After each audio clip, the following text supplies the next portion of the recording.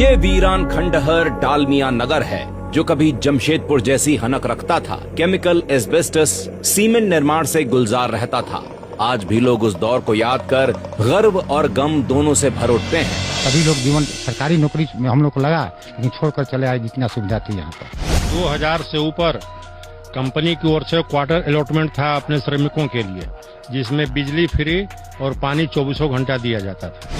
जहाँ यहाँ लोग कहते थे कि टाटा का नौकरी नहीं करके डालमिया के का नौकरी बहुत बेहतरीन है। इसकी पेपर की क्वालिटी इतनी अच्छी थी कि इंडिया में ही सप्लाई नहीं होता था, सीधे कनाडा इसका टोटल पेपर जाता था। पूरे पोल पर लगा हुआ था यूनिट माइक्रो लाउड स्पीकर, जिससे सब इम्प्लाई लोग जो भी रास्ते में चलते थे पोल के नीचे खड़ा होकर न्यूज सुनना करते। इन्हीं औद्योगिक खंडहरों में फतुहा का प्रसिद्ध विजय स्कूटर बना करता था। और हाँ, ये है कभी एशिया के सबसे बड़े चीनी मिल बनमनखी के खंडहर। सिर्फ इतने ही नहीं, पूर्णिया, दरभंगा, भागलपुर, मुजफ्फरपुर, मंढौड़ा सहित बिहार के कोने कोने में ऐसे खंडहर खड़े हैं जो कभी रोजगार और कारोबार से लहलहाते थे। लेकिन बुलंद कारोबार आखिर खंडहर कैसे बन गए? कौन है बिहार के इन उद्योगों की बर्बादी का कारण? कौन है वो गुनहगार जिसने बर्बाद किया कारोबार और छीन लिया रोजगार? तो जवाब है लालू और कांग्रेस।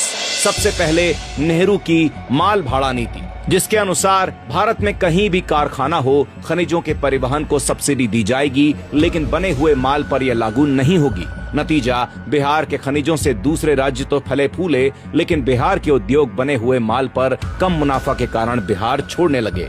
इतना ही नहीं, जब डालमिया नगर जैसे केंद्रों ने अपने प्रबंधन में इंदिरा गांधी और नेहरू परिवार का हस्तक्षेप स्वीकार नहीं किया, तो फिरोज गांधी की रिपोर्ट के सहारे गांधी परिवार ने उनमें आग लगा दिया।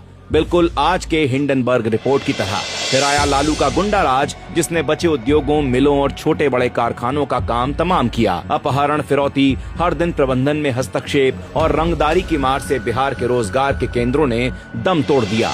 1951 तक जिस बिहार में पूरे भारत की 6.51% रजिस्टर्ड फैक्ट्री थी, पूरे देश के 56 में से 33 चीनी मिलें और मात्र चीनी मिलों का रोजगार प्रतिशत ही 29.5% था, उसे लालू कांग्रेस ने इस कदर बर्बाद किया जिसका दंश बिहार झेल रहा है। देश भर में रोजगार के लिए भटक रहा है। आज बिहार का उद्योग पुनः खड़ा हुआ है, लेकिन अपने बर्बादी के सौदागरों को नहीं भूला और ना बिहार कभी भूलेगा। चाहे गुंडा राज के युवराज कितना ही झूठा वादा क्यों न करें, बिहार अपने गुनहगारों को माफ नहीं करेगा।